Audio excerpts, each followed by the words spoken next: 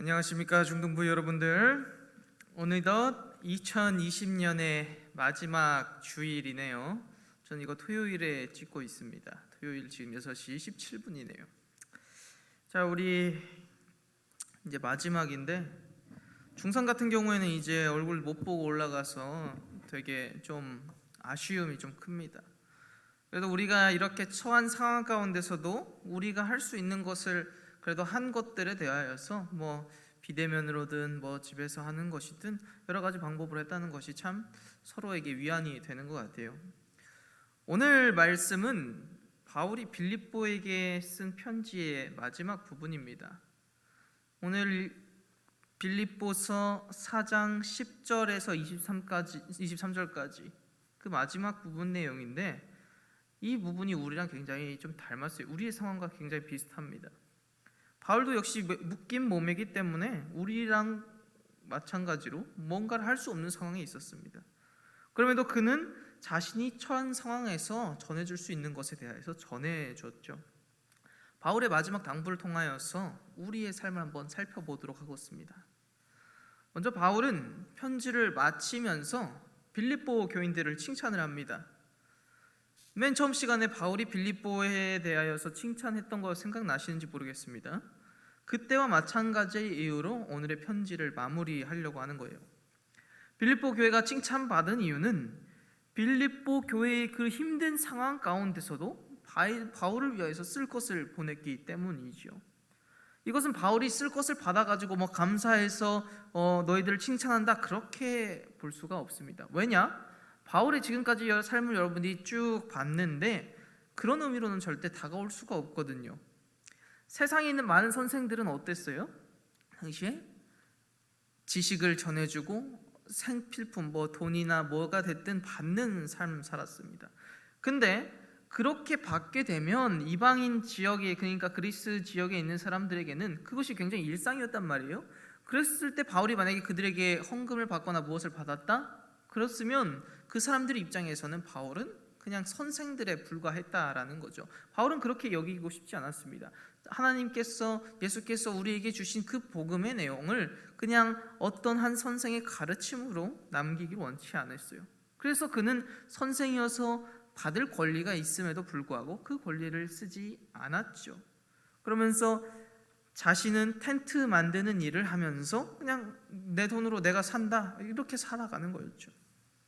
근데 오늘 등장한 빌립보 교회는 좀 상황이 다르잖아요. 알다시피 바울의 그 고생들, 바울이 어떻게 함께 했는지를 함께 겪었던 교회였다고 했습니다. 바울이 세웠고 함께 지냈던 교회이기 때문이죠. 저번에도 말했듯이 빌립보 교회 상황 역시 어때요? 좋지 않습니다. 외부적으로, 내부적으로 상황 만만치 않다라는 거죠. 그러나 복음을 위해서 달려왔던 그 바울의 발걸음을 모른 채 할 수가 없었어. 바울이 지녔던 그 고난들을 자신들도 함께 지니기를 원했다는 거예요. 그렇기 때문에 바울이 지금 빌립보 교회를 칭찬하는 겁니다. 단순히 그냥 헌금을 가져와서 바울에게 필요한 것들을 가져와서 한 것이 아니라 복음을 위하여서 자신의 그 고난과 함께 동참해 준 것에 대하여서 감사한다라는 거죠. 빌립보 교회와 바울이 얼마나 서로를 아끼고 그리워했는지를 알 수 있는 대목입니다. 바울 역시 빌립보 교회로 하여금 근심하고 쉽게 만들고 싶지 않았어요. 때문에 자신의 현재 상황을 이제 빌립보 교회 사람들에게 말하는 거죠. 11절로 12절 제가 읽어보겠습니다. 내가 궁핍함으로 말하는 것이 아니니라. 어떠한 형편에든지 나는 자족하기를 배웠노니 나는 비천에 처할 줄도 알고 풍부에 처할 줄도 알아. 모든 일 곧 배부름과 배고픔과 풍부와 궁핍에도 처할 줄 아는 일체의 비결을 배웠노라. 바울은 자신이 감사하는 것에 대하여서 가난하고 힘들기 때문에 감사하는 것이 아니라는 것을 다시 한번 말합니다. 바울 자신은 이러한 상황에 대하여서도 자족할 수 있는 사람이에요. 자족 뭔 뜻이에요? 자신 스스로 만족한다라는 뜻이죠. 그가 가난하건 부유하건 배고프건 배부르건 간에 어떠한 상황에도 만족할 수 있대요. 보통 사람들의 경우는 어때요? 자신의 삶에 여유가 있고 만족할 때 여유가 있을 때 만족하죠. 내가 먼저 배부르야 되고, 내가 먼저 잠 잘 자야 되고, 내가 먼저 따뜻해야 만족감이 있습니다. 그런데 바울은 그 상황이 좋든지 좋지 않든지 만족한다라고 해요. 이게 어떻게 가능한 일일까요? 바울의 이런 마인드는 그의 삶을 통해서 이것이 그냥 말뿐이 아님을 우리는 확인할 수 있습니다. 앞선 상황들, 그러니까 스스로 벌어서 사는 삶, 그리고 스스로 감옥에 들어가기를 자청하는 삶, 이런 것들은 그가 부정적인 상황 가운데서도 스스로 만족하면서 살 수 있다라는 것을 보여주는 그런 증거랑 다를 바가 없죠. 무엇 때문에 이 사람이 훌륭한 선생임에도 스스로 먹고 살아야 되고, 모범적인 사람임에도, 죄 없고 모범적인 사람임에도 이 사람이 왜 감옥에 가게 되었을까요? 그것을 왜 어떻게 받아들일 수가 있었냐라는 거예요. 13절을 읽어보겠습니다. 내게 능력 주시는 자 안에서 내가 모든 것을 할 수 있느니라. 바울 스스로는 이런 것들을 할 수 없는 사람이에요. 사실 그도 우리와 같은 인간이기 때문에 좋지 않은 상황에 대해서는 받아들일 수가 없어요. 자신이 가진 것으로만은 만족할 수 없는 게 우리 인간들의 본성이고 우리 인간들의 그 모습이죠. 그러나 그런 바울이 자족할 수 있는 이유는 그에게 능력을 주시는 자가 있었기 때문입니다. 저번에도 말했듯이 우리는 어떻게 해달라고 합니까? 하나님과 동등됨을 취하려고 했어요. 아담이 선악과를 따먹어서 하나님처럼 되려고 하는 것처럼 인간의 본성은 그렇게 남의 것을 취하고 가져가고 그렇게 되는 것이 우리 인간들의 본성입니다. 그러나 하나님은 어때요? 완전하시고 풍요로우시고 결핍이 없는 분이잖아요. 그렇기 때문에 어떻게 하십니까? 다른 이들의 것을 취하지 않아요. 가져가지 않아요.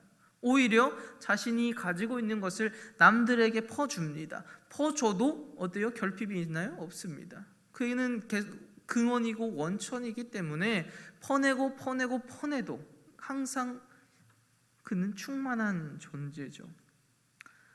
그래서 그는 우리에게 이것을 베풀었어. 자신들의 그 영원함을 주셔서 우리로 하여금 영원한 삶을 약속한 것입니다. 바울은 이 사실을 자신의 삶 속에서 느끼며 살았죠. 예수가 자신의 구원자라는 사실을 몸소 체험했기 때문에 그의 삶에는 지울 수 없는 흔적이 남게 된 겁니다. 어쩌면 이것이 바울이 갖게 된 가장 큰 축복이라고도 할 수 있겠습니다. 오늘 이 말씀은 그가 예수님께서 하신 일들에 대해서 잘 알기 때문에 고백할 수 있는 거예요. 내게 능력 주시는 자 안에서 내가 모든 것을 할 수 있느니라. 어려움과 고난에 빠질지라도 자신의 생명을 주셨던 그 예수 그리스도를 전하면서 받는 것들에 대한 모든 것들에 대한 긍정적이든 부정적이든 모든 것들에 대하여서 자족함을 느끼는 것, 이것을 믿음의 단계로 한다면 아마 최고봉이라고 할 수 있을 것 같습니다. 너무 고난이도의 단계야. 사실 우리의 위치, 우리의 수준에서는 바라볼 단계는 아니에요. 지금 당장 우리가 처한 건 어떤 거예요? 예수님이 있는지 없는지, 아니면 예수님이 나에게 무슨 의미가 있는지 이것을 알아보는 단계인데, 그거는 너무나도 높아 보이는 단계죠. 아직 우리에게는 먼 이야기 같습니다. 그러나 동시에 우리가 이것들을 바라보아야 하는 이유는 그것이 바울의 개인적인 능력이나 그런 개인적인 소양이 아니라 바울에게 함께 하시는 주의 능력이었기 때문에 우리가 바라볼 수 있는 겁니다. 빌립보 교회가 바울을 위하여서 고난을 받은 것, 그리고 바울이 주님을 위하여서 고난을 받은 것, 모두 각 개인의 능력이 아니에요. 그에게 선하게 일하시고 자신의 일을 이루어 가셨던 주님의 계획 덕분입니다. 처음에는 빨리 끝날 것 같았던 그 코로나가 벌써 연말까지 이어졌습니다. 모든 관계가 단절 끊어지고 모두가 힘든 시간을 겪고 있어요. 이런 상황 가운데서 예수를 믿어라, 믿음으로 살아라, 잔소리 같고 귀찮아 보일 수가 있지요. 왜 이런 상황까지 이런 얘기를 할까 생각도 나죠. 근데 반대로 생각해 보면 왜 교회가 이런 상황까지 이야기를 할 수 있는지에 대해서 알 거라고 생각합니다. 지금 교회가 처한 상황은 어떤 상황입니까? 바울이 감옥에 있는 상황과 진짜 굉장히 유사해요. 비천에 처해 있고 빈곤하고 가난하고 배고픈 상태에 처해 있습니다. 뭐 물질적이라는 것이 아니라 영적으로 그렇다는 거예요. 모이지 못하니 예배가 없죠. 예배가 없으니 어때요? 점차 약해져만 갑니다. 허나 이런 상황 가운데서도 방송으로나마 여러분한테 권고하는 것은 예수님께서 이루신 일이 참이고, 그리고 이들이 전했던 그 복음이 진리이기 때문입니다. 우리가 왜 이렇게까지 방송으로 그리고 이런 것으로도 여러분이 나가겠어요? 계속해서 코로나 터지고 있는데 왜 소규모로나마 예배 드리려고 하고 계속 문자하고 만나고 하겠습니까? 그것은 반증이죠. 우리가 믿는 것, 우리에게 주신 예수 그리스도의 그 사랑과 복음과 모든 능력들이 진짜임을 보여주는 반증이라는 겁니다. 우리가 이런 처지에서 처음에도 예배에 멈추지 않는 것은 우리가 그 주님께서 우리에게 주셨던 그 복음에 참여하는 일이기 때문입니다. 이제 선택은 우리들에게 있는 거예요. 지금까지 빌립보서를 쭉 봤습니다. 1장부터 4장까지 빌립보 교회가 어떻게 바울에게 기쁨이 되고, 그들이 어떻게 살아야 되고, 그들이 어떻게 하나가 돼서 주님의 능력으로 살아가야 되는지에 대해서 배웠습니다. 그렇다면 이제 이 막막한 상황 가운데서 우리는 선택을 해야겠죠. 이런 상황 가운데서도 주님께서 주시는 그 자족함으로 살아가면서 주님을 찾을지, 그렇지 않다면 이 험악한 세상의 막막한 상황 속에서 묻혀버릴지 말입니다. 말씀을 마무리하도록 하겠습니다. 몇몇 교회의 실수를 제외하고 현재 한국 교회들은 바울의 마음과 유사할 것 같아요. 지금까지 믿음 안에서 너희가 잘 해왔고 성장해야 될 사람들에게 못해준 것에 대해서 미안할 따름이죠. 그러나 22절 말씀 읽어보겠습니다. 제가 모든 성도들이 너희에게 문안하되 특히 가이사의 집 사람들 중 몇이니라.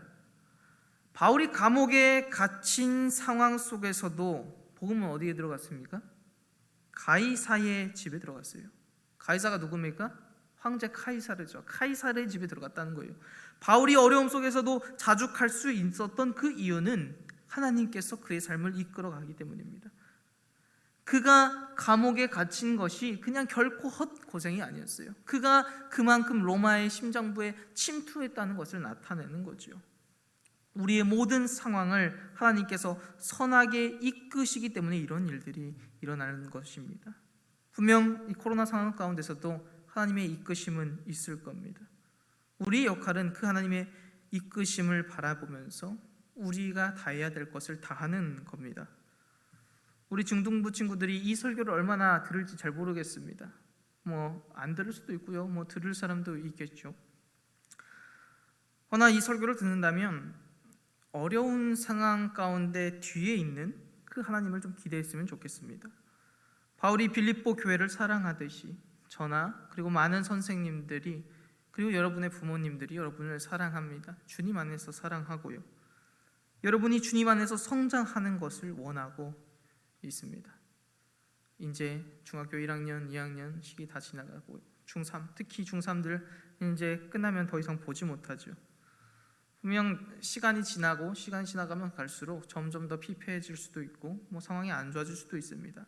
고등학교라는 특수한 상황 가운데서 고3, 중3 같은 경우에들은 더 많이 힘들고 더 많이 무너질 수도 있습니다.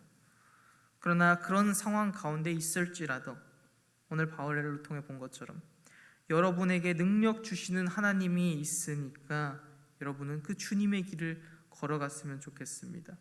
2020년도 마지막이네요. 마무리 잘 하시고 2021년도 주님 안에서 이와 같이 설 수 있는 우리 모든 중등부 다 되셨으면 좋겠습니다. 안녕.